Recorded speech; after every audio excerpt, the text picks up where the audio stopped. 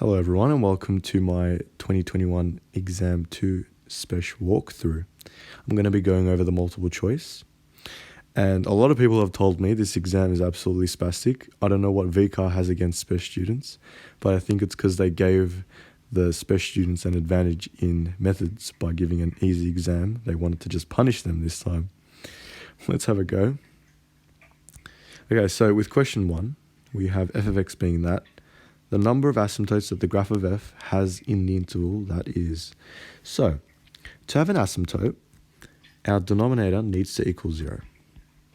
And for it to equal 0, the part that we can change, which is this, would need to be negative 3 on 2, right? Because they would cancel. So I'm going to write sec 3x, which you can write as 1 on cos 3x, is equal to negative 3 on 2. And we want to solve for that being in between negative pi on 6 to pi. Okay, solving that gives us, let's go to our CAS, solve 1 on cos 3x is equal to negative 3 on 2, solve for x, given that x is in between negative pi on 6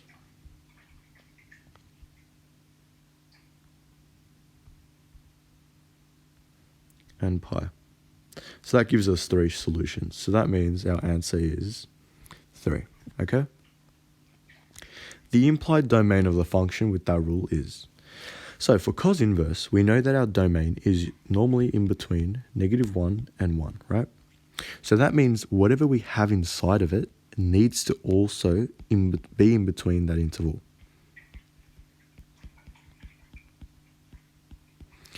Now, what I can do is put everything as the power of e. So I go here, here, and here. That gives me negative 1 on, not negative 1. That gives me 1 on e. That gives me bx, because they cancel. And that gives me e. And then finally, divide both sides by b, and we get that.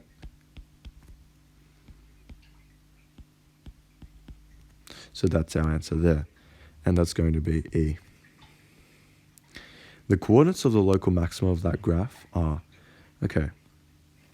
So what I'm going to do is, I'm going to define this in the CAS, and then differentiate it, set it equal to 0, and that'll give me the turning points of the stationary points. So let's define this. I'm going to go define, wait, let's put a space, f of x. This will just make it easier so I don't have to fiddle around too much. It's 1 on cos ax plus 1 squared, I believe. Ax plus 1. No, that's outside, plus 1. I need brackets around that. Square that. And I believe there's a plus 3 as well. Okay, now let's solve the derivative of f of x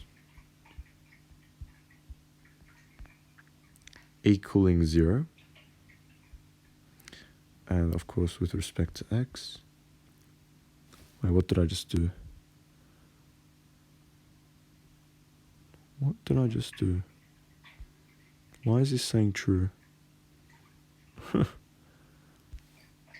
Is it because I defined this without putting a times in between this? I think that might be a reason. Let's go to algebra, solve. Okay, now let's try that again. So derivative of f of x. Oh, no, it's because I'm dumb. I put equals in there. Did I? I'm not sure what I had, but this is what you should do. Okay, that gives us the coordinates the x coordinates of all the turning points. To figure out which one's the maximum, I'm just going to sub in both of them and pick the one that gives me the bigger y value. So let's go f of, okay, so let's do the first one first. Let's pick a constant, an integer for n2. I'm just going to pick 2. That would give me 2 times 2, take away 1 is 3, so 3 pi on a. 3 pi, not pi on a. That gives me 1/3. And now let's do the same thing again with the other one. Since we chose 2, the other one will be 2 pi a. That gives me 1/7. So 1/3 is bigger. So that means this will be our maximum. Okay. So we know that it's not, 1/4. It's not that. It's not that. So it's either that or that. Our answer looks more closely to this, more close to that.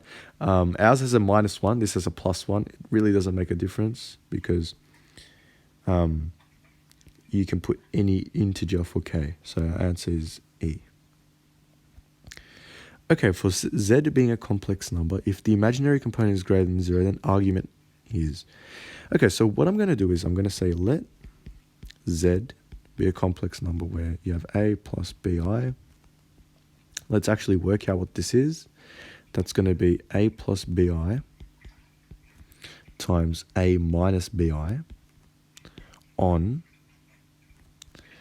a plus bi take away a minus bi. And that's going to give us a squared plus b squared on 2bi. Now what I'm going to do is I'm going to times the top and the bottom by I. And that's going to give me a squared plus b squared on negative 2b. Right? And this I is just going to chill out here. Okay, so now we have this. Now, we only have I being multiplied by some number, right? So that means our complex number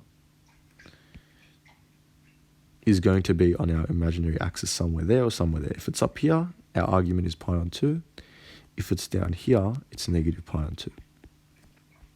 So the way we know that is to know whether this number here is positive or negative. And the way we know that is our imaginary component is positive, right? It says it's greater than 0. So our imaginary component is b. If b is greater than 0, that's positive times by negative. So we have negative on the denominator and our numerator is positive. So that means overall that number is negative. Hence our argument is negative pi on 2. So that's our answer for 4. Okay, going pretty well. All right, now it says the graph of the circle is given by this, where z is a complex number. For the points on this circle, the maximum value of the magnitude of z is. Okay, so first what I'm going to do is I'm going to factor out a negative from inside of that. Oops. This tells me how my circle has been translated. It's been moved 2 to the right and root 3 up. So that means our center is 2, root 3. Okay? Now, it says, for points in the circle, the maximum value of the magnitude of z is. Now, remember, this circle refers to all the complex numbers that can be on this circle, right? And the complex number with the biggest magnitude is going to be the one that's furthest from the origin, okay? And the way we figure that out is I'm going to find the equation of a line that goes through the center of the circle and intersects the circle at that point. That point will be the furthest away from the origin, okay?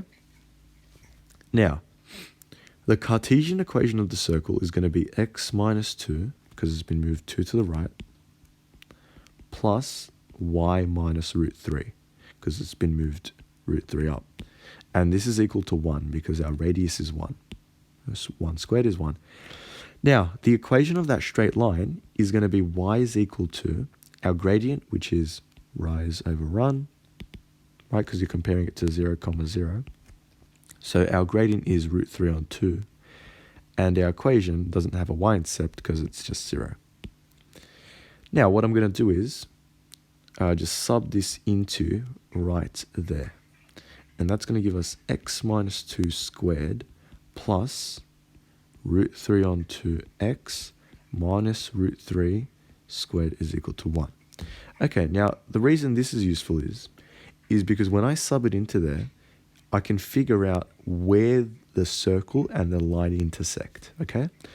When I solve this equation, it's going to give me two answers, one for that one and one for that one. We're going to pick the bigger x value, okay?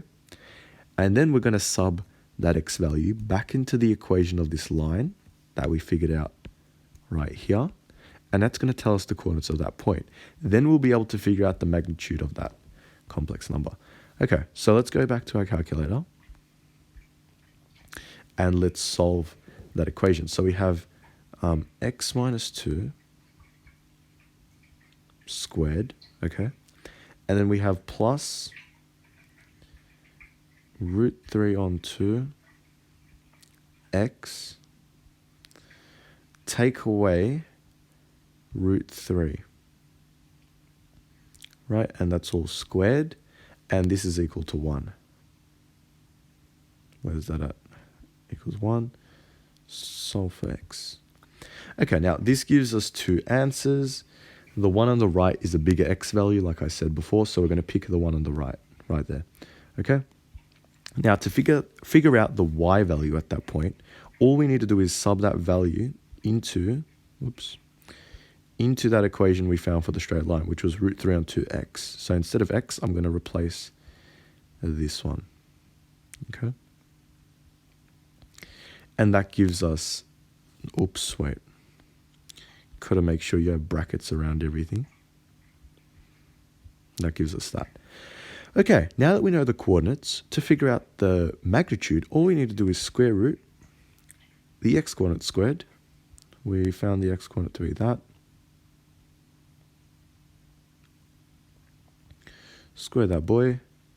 And then we go this one as well. Square that. And that gives us root 7 plus 1. So going back here, our answer is going to be D. Okay? Now, question 6. If z is a complex number and z squared is a real number, then the possible values of the argument of z are. Okay, so if we have our complex number being r cis theta, right, we want theta to be, let's draw an axis here. We want theta to be either here or here, right? So we want it to be some multiple of pi, some integer multiple.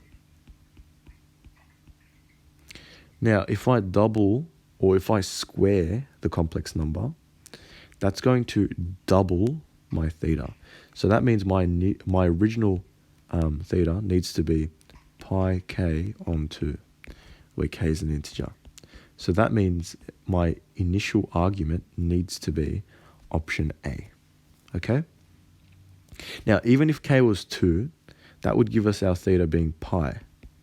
Now, even though that's a real number to begin with, squaring that is going to give us a real number again. Here it says z is a complex number, and a real number is a subset of complex numbers, so that works. A relation is defined parametrically by these two parametric equations. If A is that and B is that, the 2 points lie on the graph of the relation. Okay. So, what I'm going to do is, we can find what t values you need in order to get these coordinates, right? Because the length from A to B is going to be given by t1, t2, root. Let's draw that a bit nicer. Root, it's going to be x dash of t squared plus y dash of t squared dt, okay? Now, if we want our x-coordinate to be 6, we're going to have 6 is equal to 5 cos 2t plus 1, okay? Rearranging this will give us cos 2t is equal to 1. So that means 2t is equal to 0 is our first solution, t is equal to 0. Okay, that's our first thing. Now, what about for b? if I want, and obviously let's check if that works for our y coordinate here. If I sub 0 into here, that's going to give me sine of 0 is 0, 0 times 5 is 0, and that gives me with negative 1. That works. Okay. Now, if I want x to be 1, we're going to have 1 is equal to 5 cos 2t plus 1. Rearranging this will give me cos 2t equaling 0. Our first solution for that is pi on 2. So that means t is equal to pi on 4. Okay? And testing that back in here, that gives us sine of pi on 2, which is 1. 1 times 5 is 5. 5 take away 1 is 4. And that works. So our integral is going to be from 0 to pi on 4. And it's going to be root all this stuff here. Okay? And I'm not going to be doing that by hand. I'm going to be using the CAS for that. So let's go to the CAS. It's going to be the integral from 0 to pi on 4.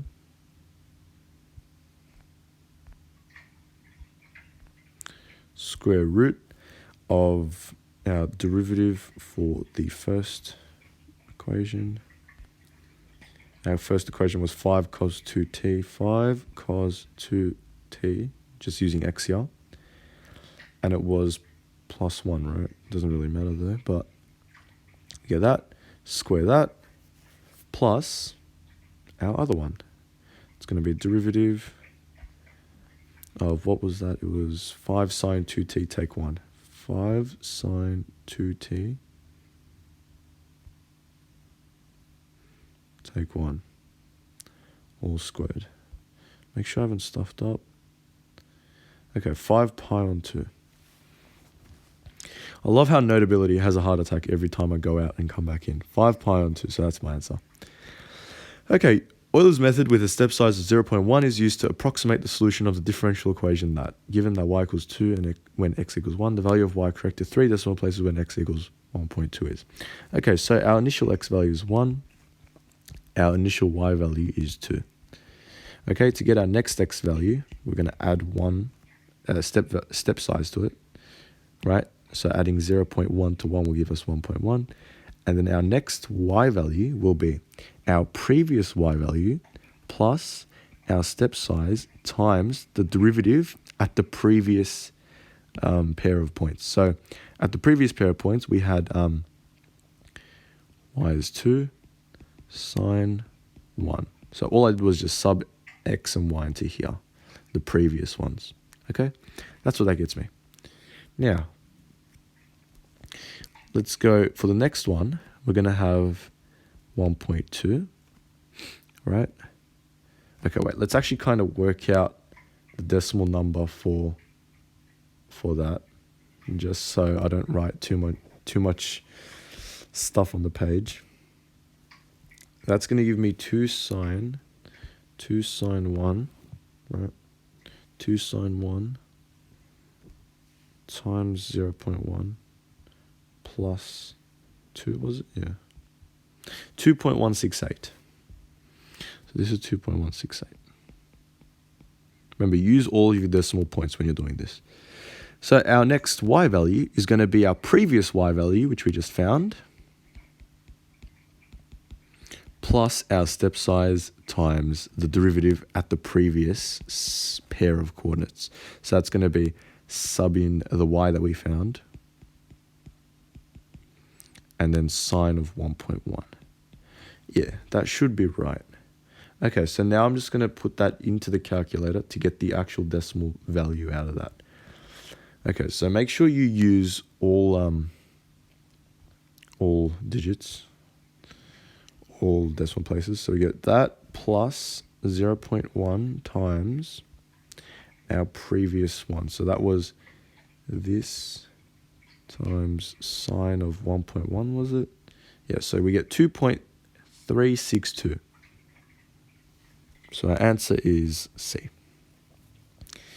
Which one of the following derivatives corresponds to a graph of f that has no point of inflection? That has no points of inflection. Okay, so looking at these graphs, if I were to take the integral of these, the ones with a power of 2, they would all give me cubics, right? And all cubics have inflection points. So I'm going to disregard them. So I'm going to test these ones, okay? And the way I'm going to test these is honestly just sketch it. So let's start with the last one or the second one. Which one should we go for? Well, if we go with the last one and it has an inflection point, that means the answer is B. If we go with B and it doesn't have an inflection point, then it's that. Okay, let's just go with the last one.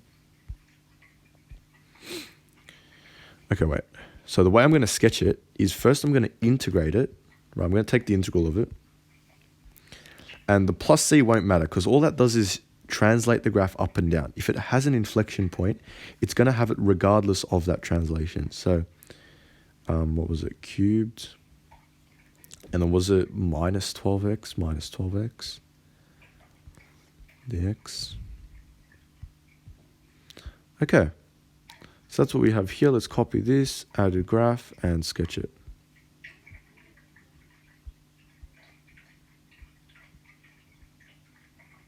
Oh, this looks pretty bad. Let's kind of change our window. And let's make our x not negative 400. Let's make it like negative 50. And let's make this like 100. Okay. Now it looks like it has an inflection point around 0. Right, because the concavity changes. If you think about it, right. Oh no, that's not going to let me draw. No chance. Okay.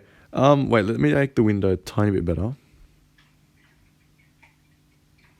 Let's go with negative 10 and 50. 45. Okay, that makes it more obvious. Look, as you can see around here, right, the concavity changes because if you were to draw tangents, if you look on the left side, they'd be on this surface, like the outer surface of the graph, and then slightly to the right of that, they'd be on the inner surface. So that means that's a point of inflection because there's a change of concavity. So that means it's not E. I don't even need to test B, but if you were to draw it, it would look like a quartic with no change in concavity. So my answer would be B. Okay, oh, these ones are pretty annoying, not gonna lie. The differential equation that has a diagram above as its direction field is. Okay, so what I like to do with these is just pick a point that has a gradient that you would know the sign of. So I'm just gonna pick an easy one like this, right? What's the coordinate? So that negative 1, 0. And as you can see there, right, the line there looks like that. That's a positive gradient, right? So that's a positive gradient. I'm just going to sub in x equals negative 1 and y equals 0 into the differential equations and see which one gives me a positive result because we know it has to be positive. So x equals negative 1, y equals 0.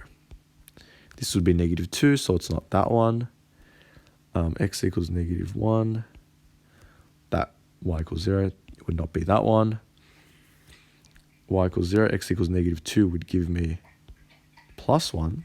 So that could be an option. This one would be 0 plus 2. That would be an option. And this one would be negative 1 plus 0. Not that one. So these are the only two that we have to test, luckily. Okay? So I'm going to go with, which one should I go with? I'll just go with y take 2x. Y take 2x. So let's sketch that and see what it looks like. So let's go add graphs. Diff y take 2x, right? So we got to go y1. You got to do 1 because for some reason it does it as y1. Y1 take 2x, right? Got to make sure I'm 100% right. Yeah, perfect. Okay, so before we sketch this, let's make our resolution like, you know, something respectable like 55. All right, that's looking beautiful. Now, one more thing. The one that they've given us is, look at the window of it, right? It's negative 2 to 2 in both axes. So let's go into, what just happened? No. Did it just kill itself? No, man. Oh, that's annoying. That is annoying. Oh, wait. I have to draw this again. For fuck's sake. All right, y1 take 2x 55. Okay, and like I was saying, right, the window, we should make it the exact same as what they've given us on the question. So that should be like that. Our y min is -2 and our y max is 2. Okay, now that's what that looks like. And that basically looks like what we have here. Right, as you can see, the main thing would be like how these are curving backwards and all of these are curving like down that way. So going back to this has that exact same pattern. So that would be my answer. If you wanted to be 100% sure, you could sketch the other one as well. But I'm pretty confident that it would be D. Unless I've made some sort of critical misunderstanding. But obviously with your actual CAS, it'd be easier because you can directly compare it live rather than switching. But to me, that looks basically the same. So that would be my answer. Okay, let I be a unit vector pointing east. So let I be a unit vector pointing east. And let J be a unit vector pointing north. Okay, a group of hikers travel 5 kilometers in direction south, 30 degrees west. So I'm going to have that there, and my angle there is 30 degrees. And it's 5 kilometers. And then north for 10 kilometers. So let's make another drawing here. And that's going to be 10 kilometers. Okay? The position vector A of the group of hikers with respect to the starting point is. Okay, so what I want to do is figure out their position in the I direction and in the J direction, right? So if you look at this diagram, they've only moved this much, right, in terms of the I direction. So if I can figure out that distance, I'll be good. Looking at this triangle here, this one right here, that length can be found by using, this is called x. We can go opposite hypotenuse. So we go sine of 30 is equal to opposite on hypotenuse. Sine of 30 degrees is a half, I believe. So we get that, and that leaves us with x being 5 on 2. And since that bit of movement is to the left, right, because the origin would be here, I'd go that is -5 on 2i. And looking at our options, not that one, not that one. So it's the first three. That could be our options. Now we need to figure out our J direction movement, right? So what we need to figure out is the overall movement. So initially, how much did they move south, right? Using that same triangle, we can go, what is this? We can just call this Y. Let's go adjacent hypotenuse. So we can go cos of 30 degrees is equal to adjacent on hypotenuse. Cos of 30 degrees is root 3 on 2. So that leaves us with y being 5 root 3 on 2. Okay, so that's how much they've traveled downwards, but then they travel 10 kilometers back up. So that means overall, they've traveled 10, take 5, root 3 on 2, upwards, right? Because they went down initially, then they went back up. So overall, this subtraction here is how much they've moved up overall. So my answer would be B. Okay? Consider those vectors. Given that theta is the angle between A and B, and phi is the angle between B and C, find that. Okay, so let's go with cos of theta between A and B is given by A dot B over magnitude of A times the magnitude of B. So we can figure this out easily by hand. A dot B, that's going to be x times 1, which is x, plus 1 times -1, which is just -1, over our magnitude of A is x squared plus 1 squared, all rooted, times our magnitude of b. Our magnitude of b is going to be 1 squared plus 1 squared, all rooted, so just root 2. Okay, that's cos theta done for a and b. Now we have our next one. To find this is between b and c. So that's going to be similar formula to this. It's going to be b dot c. B dot c is going to be 1 times 1, which is 1, plus negative 1 times x, which is just negative x. Right? That gives me, our denominator is magnitude of b times the magnitude of c. Magnitude of b is 1 squared plus negative 1 squared, all rooted, which is root 2. And then our magnitude of c is just 1 squared plus x squared, all rooted. Okay, so that's what we're left with. Okay. Now, what do they want us to find? They want us to find the product of both of these. So if we times both of these together,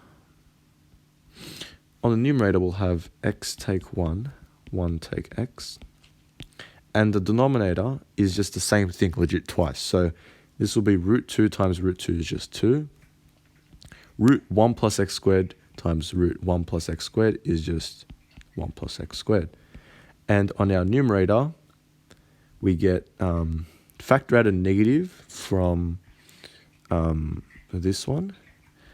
We can take out a negative. This will become plus, this will become minus.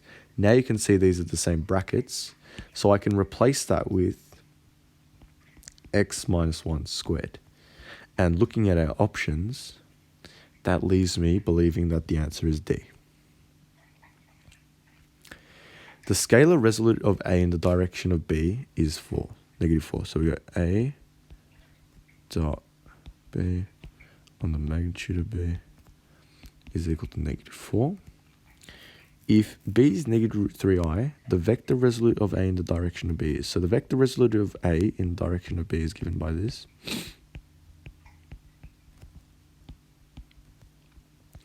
Okay, now, multiplying this across will give me A dot B is equal to negative 4 absolute value of B, right? So now I can replace that into here. So that gives me negative 4 absolute value of B gives me this. These cancel. I'm going to be left with only one of them on the bottom. All right.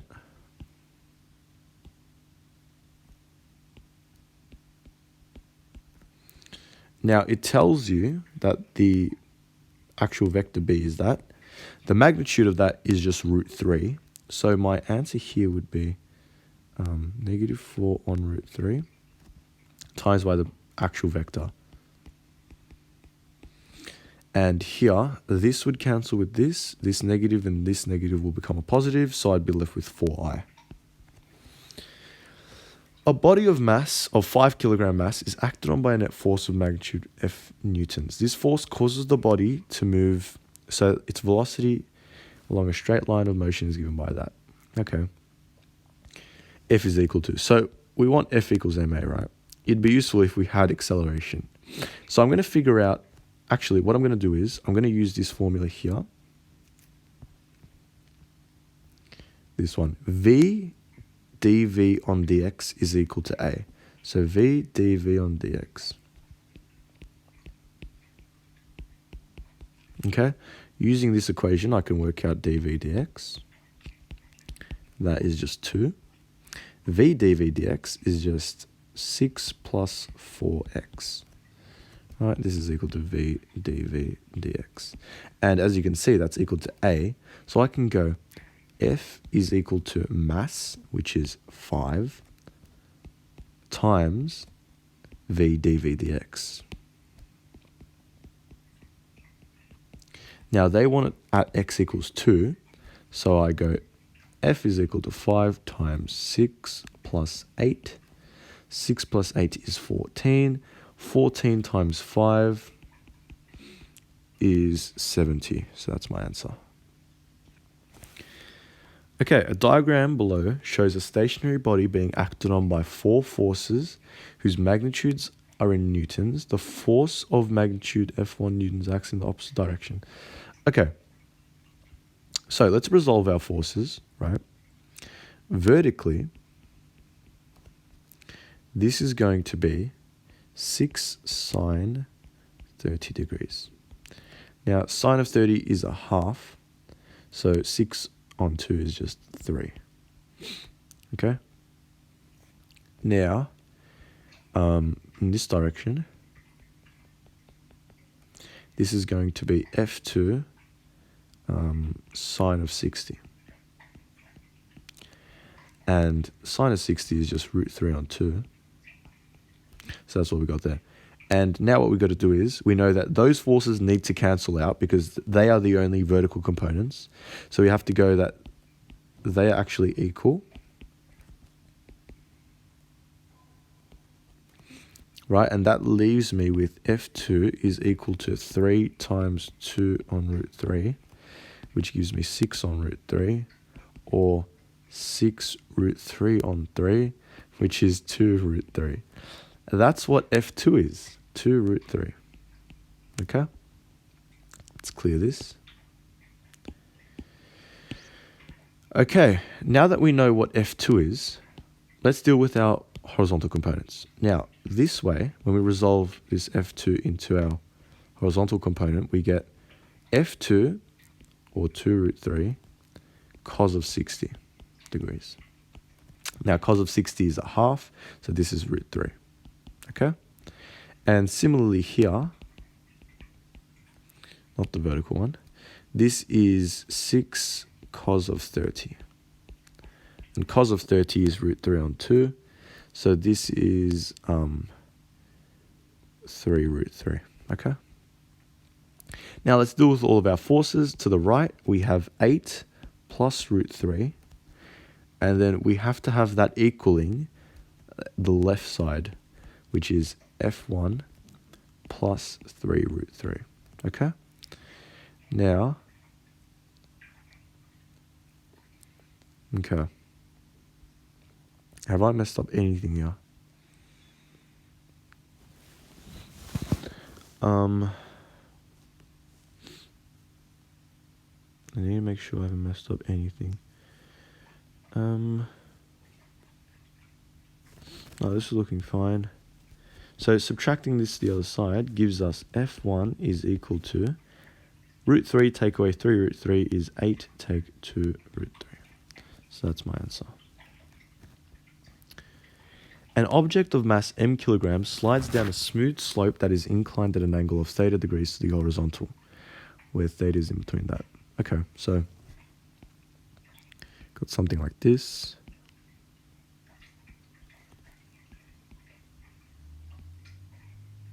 M, right? And this is going to be going down, or it's going to be pulling down by mg, right? The component that that's going to be pulling it down the slope is going to be mg sine of theta, right? And that's equal to mass times acceleration. So we get acceleration is equal to g sine theta. Okay. Now, let's go to if it was doubled. If it was doubled, we would have mg sine of 2 theta is equal to ma. And that would leave us with a is equal to g sine 2 theta, right? Now, sine of 2 theta can be written as, let's go to our formula sheet, right? Where's it at? Sine of 2 theta can be written as 2 sine theta cos theta. So we go, is equal to g 2 sine theta cos theta. Now, we know from this part that if we divide by g, we get a on g is equal to sine theta, right? We can draw a right angled triangle and have theta in there. And we know that our opposite is a, and our hypotenuse is g, right? We don't know what this is, but we can use Pythag to solve that. We can go question mark squared plus a squared is equal to g squared. That leaves me with question mark is equal to g squared minus a squared, all square rooted, okay? So, now that I know what this is, right? Now that I know what that is, we can actually work out what cos of theta is. Cos of theta is going to be adjacent on hypotenuse. Adjacent is what we just found on hypotenuse. Okay? And we know what sine theta is, right? It's literally here. So replacing these back into our equation, we get g times 2 times a on g, right? Times root g squared, take a squared on g. Okay? These cancel. So we're left with 2ag times root g squared minus a squared. So my answer would be B. Bottles of a particular brand of soft drink are labeled as having a volume of 1.25. The machines filling the bottles deliver a volume that is normally distributed with a mean of 1.26 liters and a standard deviation of 0.01 liters. The probability that 6 bottles have a mean volume that is at least the labeled volume of 1.25 is closest to. So, since we're dealing with mean and we have a sample of 6, our standard deviation is going to be our normal standard deviation, 0.01, over root our sample size of 6, right? Now, we want to find that the probability is at least 1.25. So let's go to our calculator. And let's go normal, CDF. We want to go 1.25 to infinity. Where's infinity at? Wait, did I read it right? Is that at least 1.25? Yeah. Okay, let's get infinity up here. Where is infinity?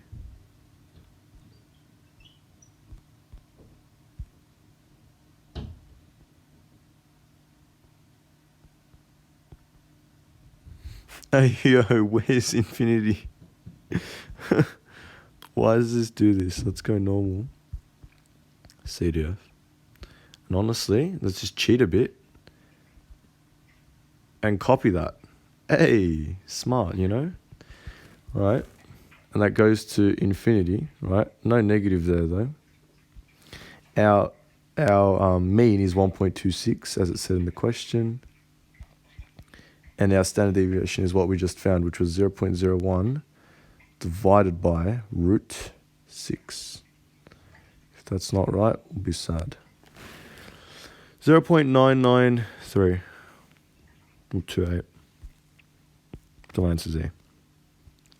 A scientist investigates the distribution of masses of fish in a particular river. A 95% confidence interval for the mean mass of fish in grams calculated from the random sample is that. Okay. The sample mean divided by the population standard deviation is closest to. So if we add both of these together and divide by 2, we'll get our sample mean of 73. So that's our sample mean. And to calculate this bound, what they actually did was 73 plus 1.96, because that's our confidence interval, our z-score for the confidence interval.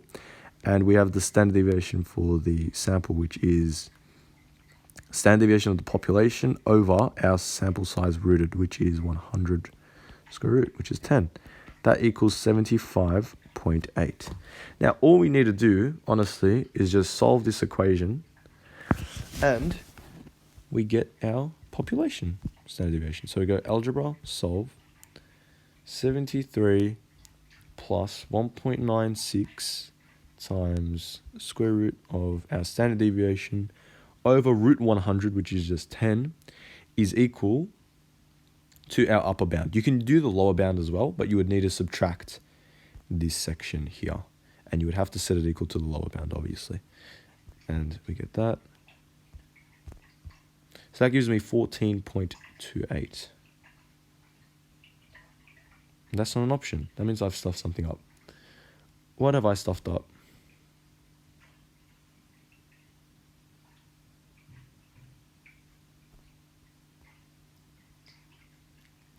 Oh, it's because you divide. No, okay. 14.28. Okay, now it says the sample mean divided by the population standard deviation. You got to read the question.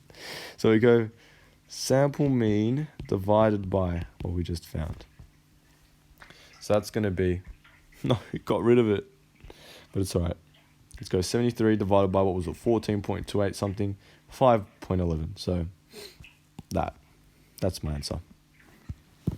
The mean unscaled score for a certain assessment task is 25. So we go E of X is equal to 25. The variance is 36. The scores are scaled so that the mean score is 30 and the variance is 49. Let S be the scaled scores to the nearest integer, and let X be the unscaled scores. So it says S is like that, right? So that means, let's still use a different color. E of mx plus n is equal to 30. var of mx plus n is equal to 49. Okay? Now, these are the same thing as m of e of x plus n. That's still equal to 30. And this is the same thing as var, we have m squared at the front, of x, that n disappears, and we have equaling 49. Now, we can solve these simultaneously. And the way we do that is we need to sub in what we have here into there. Right? So I can get rid of that and replace it with 25. And I can get rid of the var x and replace it with 36. Okay? Now, all I need to do is go onto the calculator and solve these simultaneously. Whoops. Okay, so let's go to the calculator. Let's go simultaneous. No. I need that. System of equations. System of equations. Okay, so we have two equations. Our variables are m and n. M and n. Okay, so our first equation, right, was m times 25 plus n is equal to 30, right? And then our next one was m squared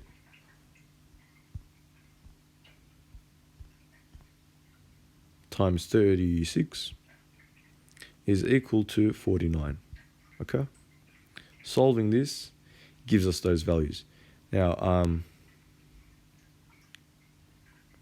we want m and n to be positive, right? Yeah, because it says here, m needs to be positive. So it's not this left set of solutions, it's going to be the right set of solutions. So m is 7 on 6, and n is 5 on 6.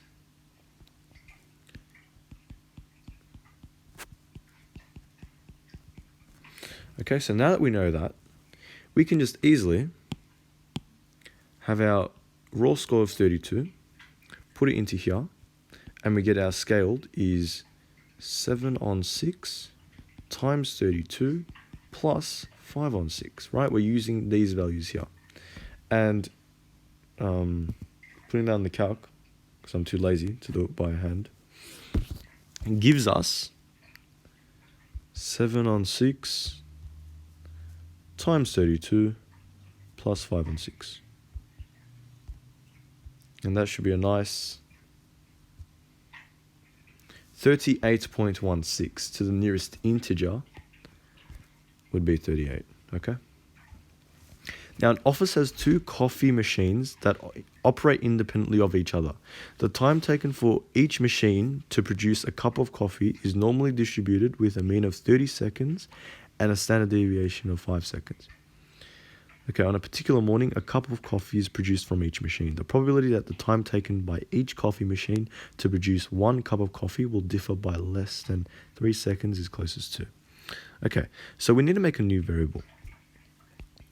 Right, we say the mean of one of them, take away the mean of the other one, right? And what we're looking for is the probability that when you subtract both of these, right, they need to differ, by less than 3, right? So that means no matter which way you subtract it, the magnitude of that subtraction, or that difference, needs to be less than 3. Okay, so our mean of this new one is going to be the mean of the first one minus the second one, which is just 0, okay. And then our variance of our new variable is going to be our variance of x1 plus, because you square the negative 1, variance x2. Okay, now the variance of the first one is 5 squared, and the second one is also 5 squared. So the standard deviation would be square rooting that, okay? So now we know the mean and we know the standard deviation. So we can actually go onto our calculator and use normal distribution to figure out what that is, okay? So let's go here and go normal CDF between -3 and 3. Our mean is 0 and our standard deviation was root 5 squared, which is 25, plus 25. And that gives us an answer of 0.328 or 0.329, right? Yeah. And that's done. That was honestly pretty hard. I can imagine how hard that would be when you're under time pressure and you realize that it's your last exam. I probably made some mistakes in this, but this is what I believe the answers would be. Let me know if there's anything I did wrong, and I'll be doing the short answer solutions soon.